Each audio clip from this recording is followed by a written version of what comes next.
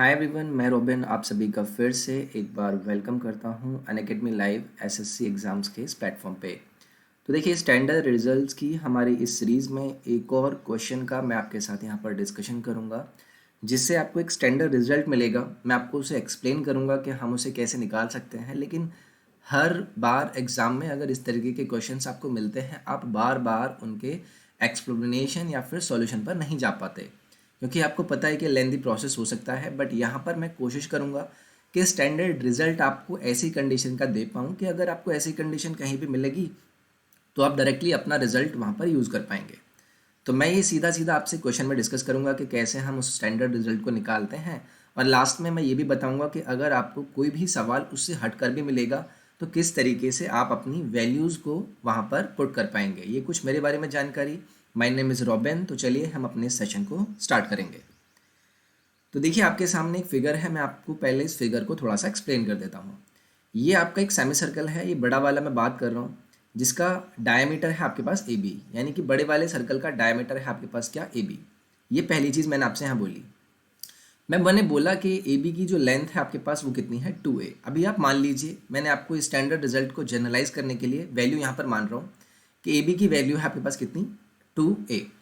अब देखिए, एम क्या है, इस बड़े वाले सेमी सर्कल का मिड पॉइंट है, ये आपका मिड पॉइंट है। और उसके बाद ए एम को डायमीटर मानकर एक और सेमी सर्कल बनाया गया है, ये वाला। और उसके बाद एम और बी को डायमीटर मान के एक और सेमी सर्कल बनाया गया है, ये वाला। तो ऑब्वियसली एम बी और ए एम की वैल्यू कितनी हो जाएगी, ऑब्वियसली ये हो जाएंगी आपकी कितनी, ये हो जाएगा आपका ए।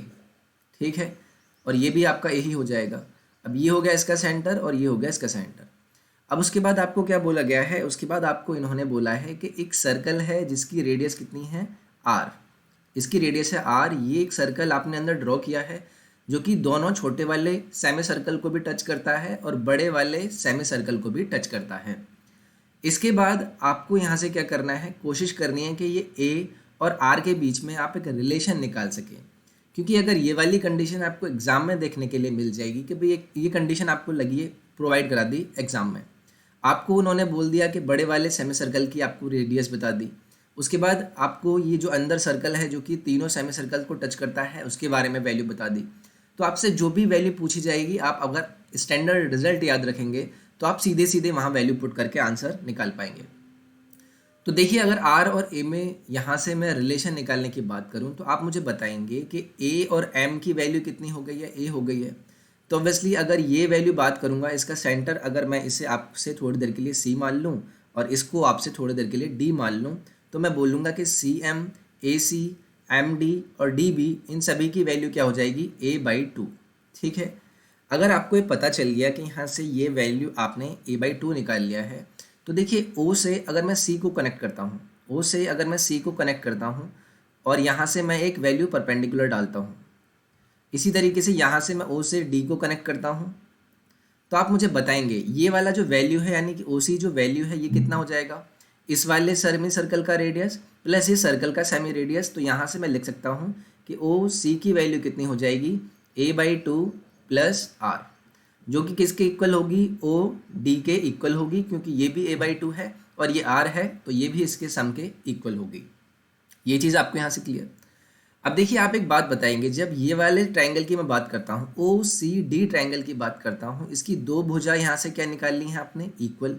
तो अगर दो भुजा इक्वल हैं तो ये वाला एंगल आपका कितना हो जाएगा, 45 हो जाएगा। ये वाला भी एंगल आपका 45 हो जाएगा। और उसके बाद ये वाला एंगल आपका कितना निकल आएगा, 90 डिग्री निकल आएगा। अब यहाँ से अगर मैं सामने परपेंडिकुलर ड्रॉ करूंगा तो ये भी आपका 90 डिग्री होगा। तो अब मुझे क्या करना है, ट्राइंगल ओ सी एम में मुझे लगाना है पाइथागोरस थ्योरम। मैं ओ सी एम की आपसे बात कर रहा हूँ, इसमें अगर मैं पाइथागोरस थ्योरम लगाऊंगा तो मेरे पास रिजल्ट क्या आएगा, ये वाली लाइन कितनी है आपकी, ओ सी आपने अभी निकाला है a/2 प्लस आर। तो a/2 प्लस आर का square will be equals to, ये वाला लेंथ कितना हो गया है, ओ एम। आर देखिए, यहाँ से लेके यहाँ तक वैल्यू कितनी है, ये रेडियस है इस पूरी वैल्यू की, यानी कि पूरी वैल्यू कितनी है, यहाँ से लेके नीचे तक एम तक ए। अब ए में से अगर मैं इस आर को माइनस कर दूंगा तो मेरे पास ओ एम बचेगी, यानी कि ये वैल्यू आ गई मेरे पास कितनी, ए माइनस आर, यानी उसका भी स्क्वायर, पाइथागोरस यूज कर रहे हैं। और प्लस क्या करना होगा आपको, सी एम, जो कि कितना है आपका a/2, यानी कि a/2 का स्क्वायर। अब इसे सॉल्व करेंगे तो अगर मैं इसे एक एक करके यहाँ से सॉल्व करूँगा तो फाइनली जो आपके पास रिजल्ट आएगा आप इसे सॉल्व कर लेंगे, ये हो जाएगा आपके पास a² / 4 plus r² plus twice of a/2 into r। इसके बाद ये हो जाएगा इधर a² plus r² minus 2ar और प्लस ये हो जाएगा a⁴ डिवाइडेड बाई 4। ये आपका कैंसिल आउट हो गया। उसके बाद ये 2 आपसे कैंसिल यहाँ से हो गया। ये 2ar है, अगर इस 2ar को मैं यहाँ से एडजस्ट करने की कोशिश करूँगा और इधर है आपका ar, तो वो वैल्यू हम एडजस्ट करके देखेंगे। देखिए r² भी आपका यहाँ से कैंसिल हो रहा है। अगर r² यहाँ से आपका कैंसिल हो रहा है तो r को मैं यहाँ से कैंसिल करा देता हूँ। ये ar हो गया, ये आपका क्या है 2ar है, तो ये कितना हो जाएगा 3ar हो जाएगा which is equals to a²। यहाँ से a आपका कैंसिल आउट हो गया और 3r की वैल्यू आपने निकाल ली किसके इक्वल, a के इक्वल। अब यहाँ से मेरे पास फाइनल रिजल्ट क्या आ जाएगा कि r will be equals to a/3। ये आपने स्टैंडर्ड रिजल्ट यहाँ से निकाल लिया। अब आप मुझे एक बात बताएंगे कि आपने अगर ये पता कर लिया है कि ये वाला जो सर्कल आपने ड्रॉ किया था स्मॉल r रेडियस का, उसकी बड़े वाले सेमी सर्कल की जो रेडियस है उसके साथ आपने रिलेशन निकाल लिया कि this is equals to r equals to a/3।